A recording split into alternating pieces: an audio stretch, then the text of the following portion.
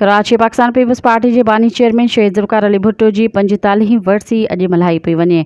रमज़ान मुबारक के एहतराम सबब सॼे मुल्क में सादगी सां तक़रीबूं मुनक़द कई वेंदियूं। तफ़सील मूजिब मुल्क के पहिरियों गॾियल आइन ॾींदड़ अॻूणो वज़ीर आज़म ज़ुल्फ़िकार अली भुट्टो 5 जनवरी 1928 ते लाड़काणे में पैदा थियो। हुन यूनिवर्सिटी ऑफ सिदर्न कैलिफोर्निया ऐं ऑक्सफोर्ड मां आला तालीम हासिल कई। वकालत जो पेशो इख्तियार कयो। ज़ुल्फ़िकार अली भुट्टो 1967 में पीपल्स पार्टी की बुनियाद रखी ऐं रोटी कपड़ा मकान जो नारो हयो। मुख़्तसर वक़्त में हुन अवाम में मशहूरी हासिल कई ऐं आम चूंडुनि में अवाम जो भरवसो हासिल करण में कामयाब थियो।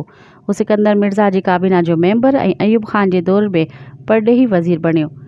पाकिस्तान पीपल्स पार्टी बानी जे इक़्तिदार वारे दौर में पाकिस्तान जो आइन ठाहियो वियो। एटमी प्रोग्राम शुरू थियो। स्टील मिल ऐं क़ौमी पैदावार जा अहम इदारा ठहिया, जंहिंखां पोइ 4 अप्रैल 1979 जे ॾींहुं ज़ुल्फ़िकार अली भुट्टो खे अदालत हुकुम ते फाही ॾेई अवाम जी उम्मीदुनि खे ख़त्म कयो वियो। मज़ीद ख़बरनि ऐं तफ़सीलात लाइ विज़िट कयो असांजी वेबसाइट www.awamiNewsHD.com ऐं ॾिसंदा रहो अवामी न्यूज़ HD।